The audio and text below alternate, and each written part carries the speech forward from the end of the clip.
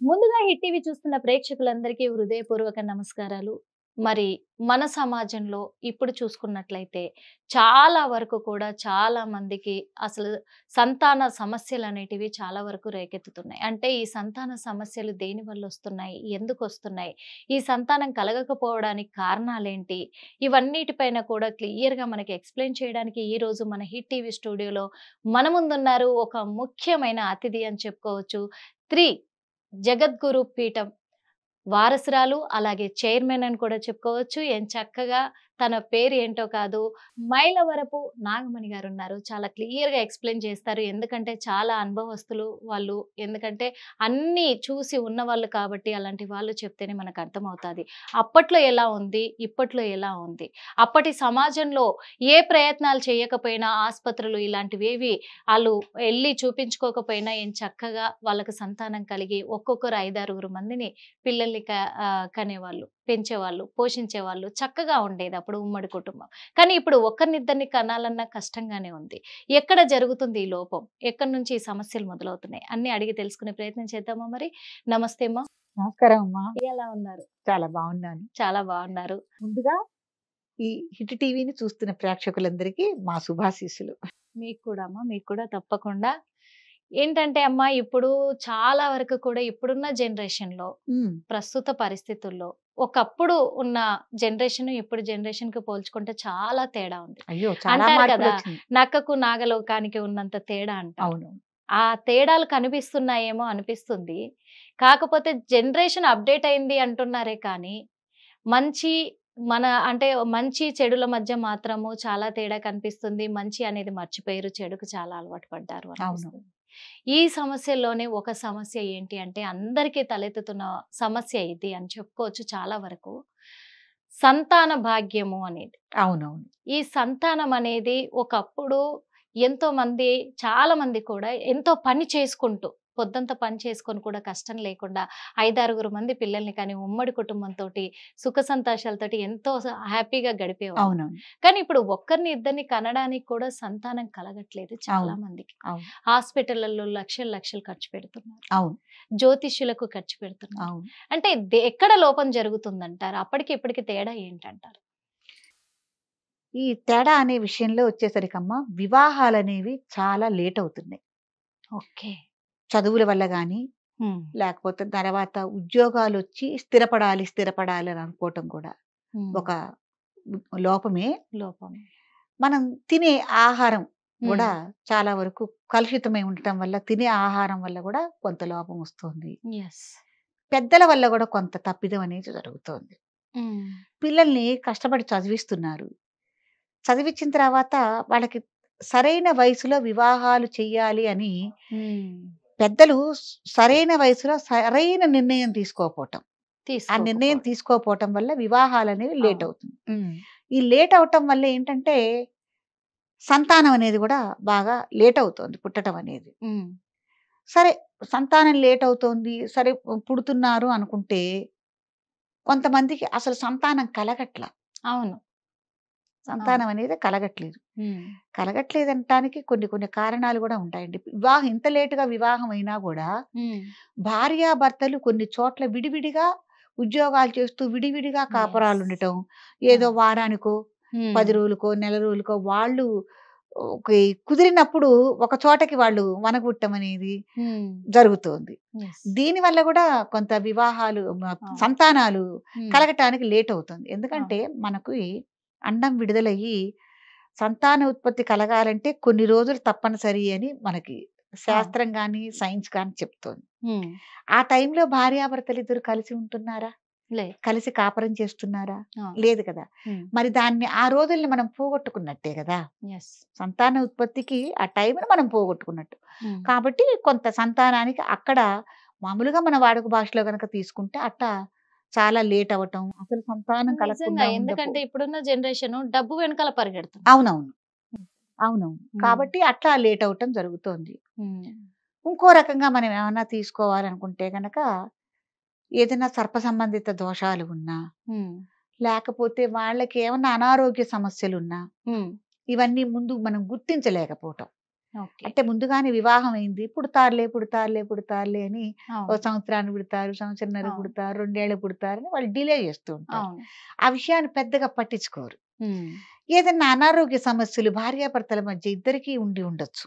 హ్మ్. అది గ్రహించుకోవాలి కదా ఫస్ట్. అది గ్రహించుకున్న తర్వాత డాక్టర్ల పరంగా కూడా ఏదన్నా మనం వైద్య పరంగా వెళ్ళి హ్మ్. అనేకమైన చికిత్సలు మనం చేయించుకుని గర్భధారణకు కూడా మనం తగిన ప్రయత్నాలు చేసినా కూడా హ్మ్. గర్భధారణ కలగలేదు, పిల్లలు మనకి పుట్టలేదు అనుకున్నప్పుడు మనం ఆధ్యాత్మికంగా కూడా ఆలోచించి తీరాలి. హ్మ్. ఆధ్యాత్మికంగా ఆలోచించినప్పుడు మీకు జాతకరీత్యా ఏమన్నా సర్పదోషాలున్నాయా? హ్మ్. ఈ జాతక పరంగా సంతానం కలగకుండా ఉండటానికి ఏ ఏ గ్రహాలు మనకు అడ్డపడుతున్నాయి హ్మ్. అని జ్యోతిష్య పండితుల దగ్గరికెళ్ళి ఒకసారి మన జాతక పరిశీలన చేయించుకోవాలి. చేయించుకో. చేయించుకుంటే ఏ గ్రహాలైతే మనకు అడ్డపడుతున్నాయో వాటికి తగిన జపం చేసి హ్మ్. ఏ గ్రహం అయితే ఉందో దానికి తగ్గ దానాలుంటాయి కదా! మన నవగ్రహాలకి హ్మ్. ఒక్కొక్క గ్రహానికి ఒక్కొక్క దానం ఉంటుంది. ఆ అవును. దానం ఇచ్చి జప సంఖ్య ఏమన్నా జపాలు చేయాల్సొస్తే కనుక జప సంఖ్య ఎంతుందో అది మీరు జప సంఖ్య స్వయంగా మీరైనా చేసుకోవచ్చు. ఎవరికి చేసు. వాళ్ళైనా చేసుకోవచ్చు భార్యాభర్తలు. హ్మ్.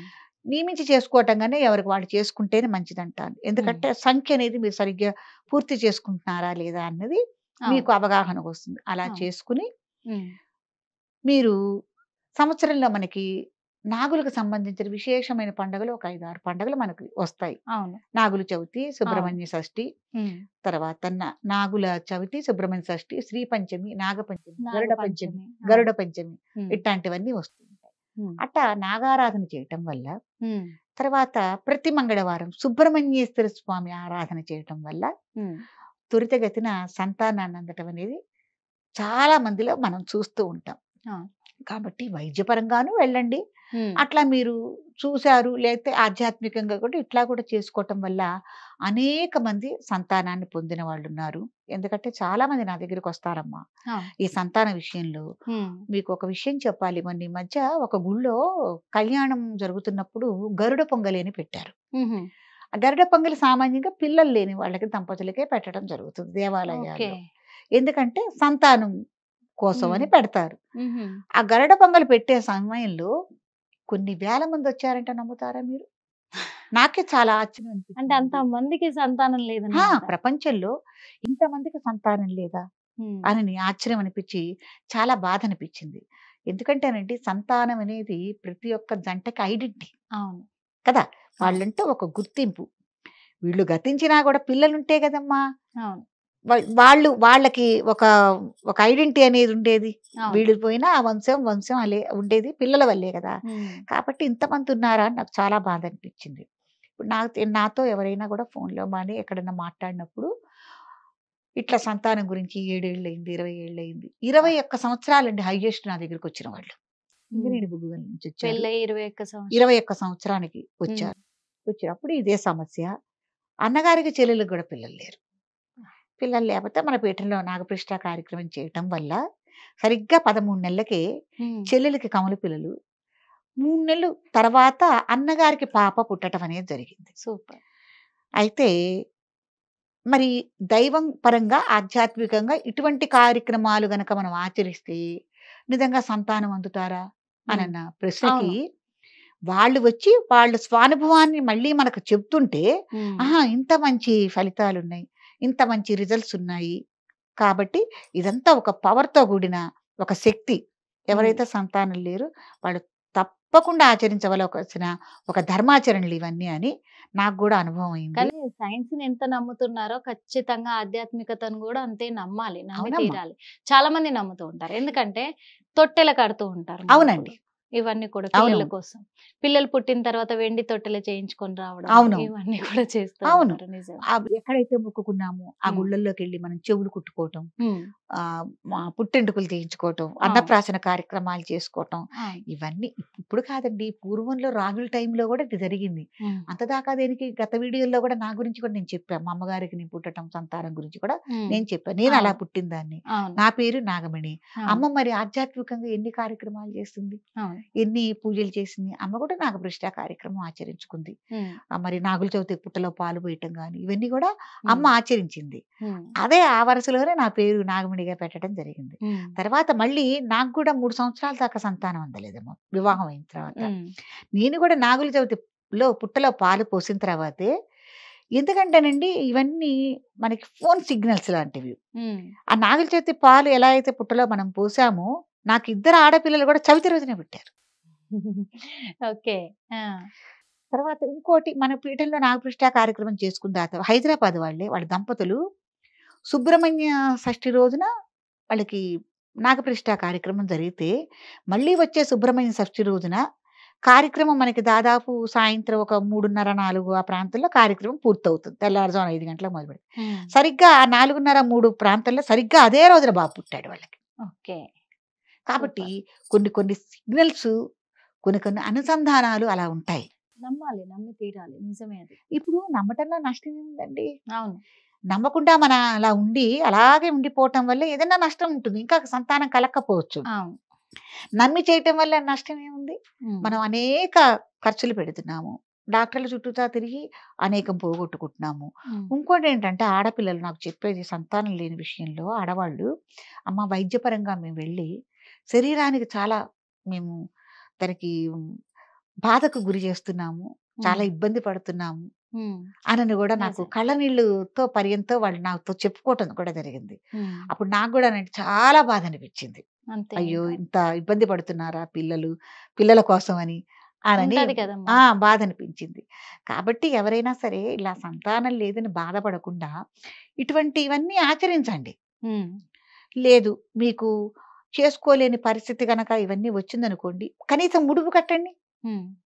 ఒక తెల్లని వస్త్రం తీసుకుని కొద్దిగా పసుపద్ది దాంట్లో శుచి శుభ్రంతో ఏదైనా ఉదయాన్నే మీరేం చేస్తారంటే, స్వామి మాకు వెంటనే సత్సంతానాన్ని ప్రసాదించండి అని దండం పెట్టుకుని ముడుపు కట్టి దేవుడి గుట్ల పెట్టుకుని మీకు సంతానం అందగాని అట్లా ముడుపు, నేను ఇతర రాష్ట్రాల్లో ఉన్న వాళ్ళు నాకు ఫోన్ చేస్తే నేను అట్లా ముడుపు కట్టించాను దగ్గరుండి, నేను ఫోన్లో ఉండి వాళ్ళ చేత, మీరుండండి అమ్మా ఇవాళ చాలా మంచి రోజు, మీరు ముడుపు కట్టుకుందరు కానీ ఇవన్నీ మీరు సిద్ధం చేసుకుంటుకుని నాకు ఫోన్ చేయండి, నేను ఇక్కడ రెడీగా ఉంటానని. అట్లా నేను ఇట్లా ఒరిస్సా బార్డర్ నుంచి కానీ అట్లా ఇటు గుజరాత్ వైపు నుంచి కానీ నాకు ఫోన్ చేస్తే వాళ్ళ చేత నేను ముడుపు కట్టిస్తే సంవత్సరంలోపు బిడ్డల్ని ఎత్తుకున్నారు. ఆ ముడుపులు తీసుకుని మళ్ళీ నాగప్రతిష్ఠ కార్యక్రమాన్ని వాళ్ళు రావటం అనేది జరిగింది. కాబట్టి ఇవన్నీ చాలా చెప్పుకోదగ్గ విషయాలు. సంతానలేమికి మనం ఇంకొక విషయం కూడా చెప్పుకోవాలి ఇక్కడ. ఎవరైనా సరే కొన్ని సంవత్సరాలుగా పితృకార్యాలు గనక చేయకపోతే, పెద్దలు 3 తరాల నుంచే మనం పితృకార్యాలు చేయాలని శాస్త్రం చెప్తుంది. ఆ పితృకార్యాలు చేయకుండా పితృలు గనక మనం మర్చిపోతే తప్పకుండా గర్భస్రావాలు అవటానికి కారణం అదేని శాస్త్రం చెప్తుంది.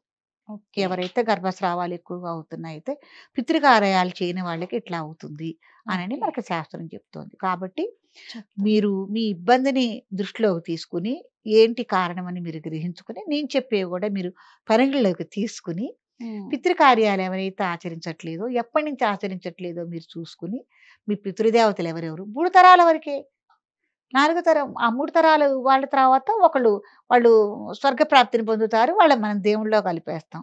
3 తరాల వాళ్ళు మీ తాత ముత్తాత ఎవరు అనేది మీరు తీసుకుని, వాళ్ళకి ఏ రోజైతే మీరు కాలం చేశారో ఆ తిథిని మీరు పరిగణలోకి తీసుకుని పితృకార్యాలు ఆచరించడం వల్ల కూడా ఇట్లాంటి తప్పిదాలు జరగవు, సంతానం అందుతుంది.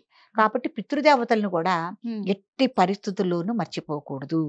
మీరు ఎంత హడావుడి జీవితంలో ఉన్నా తప్పులేదండి, హడావుడిగా పరిగెత్తుతున్నారు, ఎవరు ఉద్యోగాలు వాళ్ళు, సెలవులు ఇవ్వక, ఆ లీవులు దొరక్క, భార్యాభర్తలు ఇద్దరు కూడా ఉద్యోగానికి పరిగెత్తుతూ, పెద్దవాళ్ళు ఎవరు కూడా చెప్పే ఇదిలో కూడా లేకపోవటం వల్ల, పెద్దవాళ్ళు ఎవరన్నా ఉండి పితృకార్యాలు ఇవి చేయాలి చెందాలని చెప్పేవాళ్ళు లేకపోవటం వల్ల, కొంతేమో విదేశాల్లో ఉండి ఉద్యోగాలు చేసుకుంటూ ఉండటం వల్ల, నేను ఎవరిని ఏమంటలే. కాబట్టి వీరంతవరకు ఇక్కడ వైద్యులు కూడా ఏం చెప్తున్నారు అంటే, కొంత మేరకి చాలా వరకు, ఎందుకంటే పిల్లలు కాని వాళ్ళు ఫస్ట్ ఏం చేస్తున్నారు, హాస్పిటల్స్కే పరుగులు తీస్తున్నారు. అవును, అక్కడ డాక్టర్ దగ్గరే డాక్టర్ చెప్పిన సూచనలే పాటిస్తున్నారు. అవునవును. కానీ వాళ్ళు తేల్చి చెప్పేంత వరకు కూడా 100లో దాదాపు 50% కూడా ఏం చెప్తున్నారంటే, ఇటు ఆడ కావచ్చు, అటు మగ కావచ్చు డ్రగ్స్‌కు బానిసలవుతున్నారు. ఆ!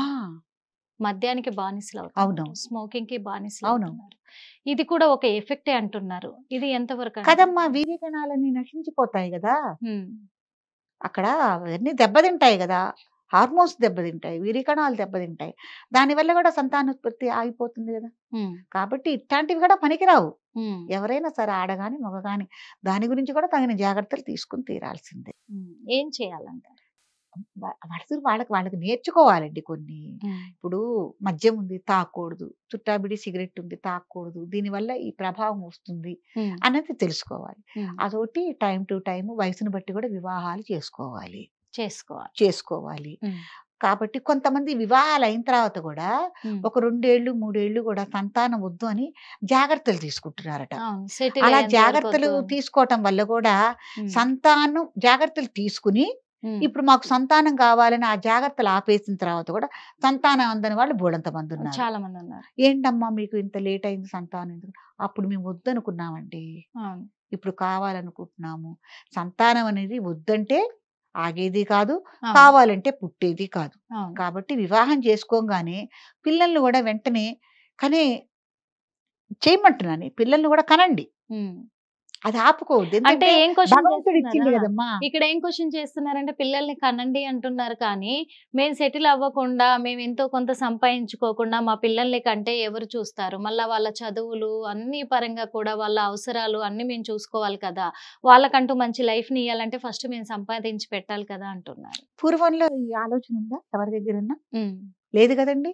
మరి ఒక్కొక్క ఇళ్లలో 9 మంది ఆడపిల్లలు పుట్టి, హ్మ్. తర్వాత ముగ్గురు మగపిల్లలు, నలుగురు మగపిల్లలు పుట్టిన ఇళ్ళు గూడా ఉన్నాయి. హ్మ్. మా ఇళ్ళల్లో గూడా ఉన్నారు. పూర్వం వాళ్ళందరూ చదువుకోలేదా? ఉన్నత ఉన్నత చదువులు చదువుకున్నారు. ఉన్నత ఉద్యోగాల్లో ఉన్నారు. హ్మ్. ఉన్నత పదవుల్లో గూడా ఉన్నారు. హ్మ్. మరి ఇదివరకు లేరా అంతమంది సంతానాన్ని పొందిన వాళ్ళు? హ్మ్. స్థితిమంతులున్నారు, కోటీశ్వరులున్నారు. హ్మ్. కాబట్టి మన ఆలోచన పరిధి మారింది. హ్మ్. అది మీకు ఇప్పుడు ఒక రకంగా ఫాస్ట్‌గా మీకు ఆ! అవివేకం కలిగిన ఇప్పుడు ఆలోచన అది. కాలం ఫాస్ట్‌గా పరిగెడుతుంది. దాంతో పాటు మనం పరిగెత్తాలి. పూర్వకాలంలో అంటే స్థిరాస్తులు ఉండేటివి. అందరూ కూడా పెంచి పోషించేవాళ్ళు. ఈజీ అయ్యేది అప్పుడు. ఇప్పుడు ఎక్కడవుతాది? ఇప్పుడు అవ్వదు కదా! ఇప్పుడు ఒకరిని పెంచడమే ఎక్కువ అని అంటున్నారు. మీకో మాట చెప్పనా? హ్మ్. ఇదివరకు కన్నా స్థిరాస్తులు ఇప్పుడే ఎక్కువున్నాయి. హ్మ్. ఇప్పుడు జనరేషన్‌కే ఎక్కువున్నాయంటా నేను. హ్మ్. ఎందుకంటే సంపాదించుకుంటున్నారు. దాన్ని అవసరమైనాటికి ఉపయోగిస్తున్నారంటారా? ఏం చేస్తారు? హ్మ్. ఎందుకు ఉపయోగించుకుంటున్నారండి? మీకొక మాట చెప్తాను. ఇప్పుడు మీకు గాని, నాకు గాని ఓ 25 ఎకరాల పొలం ఉంది. హ్మ్. అది మనకెక్కడి నుంచొచ్చింది? హ్మ్. మన తాత, ముత్తాతల దగ్గర నుంచి ఆ 25 ఎకరాలు అట్టాగే వచ్చింది. యెస్. ఈ 25 ఎకరాలతో మీ ముత్తాత గారు సుఖపడ్డారా? మీ తాతగారు సుఖపడ్డారా? మీ నాన్నగారు సుఖపడ్డారా? లేదు. మీరు సుఖపడ్డారా? ఆ 25 ఎకరాల పొలంలో మీకేమన్నా ఒరిగిందా? హ్మ్. ఆ 25 ఎకరాల్లో తీయించి ఒక పరుపు మీరు వేసుకున్నారా? లేదు గదా! ఆస్తులనేవి ఏం చేస్తాం? ఇంకో ముందు జనరేషన్‌కి అప్పగించేవి. చిరాస్తులని. ఏం చేసుకుంటావు? ఇది కూడా అర్థం లేని ఆలోచన అని నేనంటా. హ్మ్. ఎంతవరకు సంపాదించుకోవాలి మనిషి? చక్కగా మంచి ఏసీ, మంచి ఇల్లు, వసతి, సుఖంగా రాత్రి ఇంత కష్టపడి వచ్చావు కాబట్టి చక్కగా మంచి పరుపు, మంచి మంచము. హ్మ్. ఏదన్నా అనారోగ్యం సుస్థి చేసిందంటే గబాల్న డాక్టర్ దగ్గరికెళ్ళటానికి తగినంత డబ్బులు. హ్మ్. మీ పిల్లల్ని చదివించుకోవటానికి ఇది. అంతవరకే చాలండి. మీరెంత సంపాదించినా ఎక్కువే గదా! యెస్. మరి సంపాదనకేమన్నా ఒక లిమిట్ ఉందా? హద్దుందా? హ్మ్. లేదు గదా! లేదు. మరి దేనికి అలాంటప్పుడు మీరు అట్లా హ్మ్. అనుకోవటము? హ్మ్. ఆ! కోటాను కోట్లు ఉన్నవాళ్ళు ఏమన్నా సుఖపడ్డారని ఎక్కడన్నా దాఖలాలు చెప్పండి? యెస్. లేదు గదా! కాబట్టి ఇవన్నీ మన మైండ్‌ని బట్టే, ఇది మన ఆలోచనను బట్టే అంతే. అదే బుద్ధిని కర్మానుసారేన అని ఒక నానుడుంది. హ్మ్. పెద్దలు చెప్పారు కాబట్టి, మన బుద్ధిని బట్టే కర్మ నడుస్తుంది కాబట్టి, ఎప్పుడు మీరు హడావిడిగా సంపాదన, ఉన్నత స్థితి, ఉన్నత స్థాయిని మీరెక్కడ పరుగులెత్తుతున్నారో అక్కడే ఆగిపోతున్నారు. అయి పరుగులుగా ఆగటం. ఆగటం. ఆగటం. మరి సంతానం కలగడానికి రెమెడీస్ ఏమన్నా చెప్పండి? రెమెడీస్ అంటే ఫస్ట్ మీరు వైద్యపరంగా వెళ్ళండి. హ్మ్. వైద్యపరంగా వెళ్ళి చక్కగా దైవాన్ని గూడా నమ్ముకోండి. మీరు ఎంత వైద్యపరంగా వెళ్ళినా గూడా, ఆ వైద్యపరంగా వెళ్ళినప్పుడు, ఆ వైద్య సదుపాయం గూడా మీకు ఉపయోగపడాలంటే ఏం కావాలి? దైవాశీస్సులు దైవానుగ్రహం. కావాలి. అవును. కాబట్టి ఆ దైవాశీస్సులు మీరు పొందండి. మీకెవరైనా గురువులు ఉంటారంటే గురువుల ఆశీస్సులు పొందండి.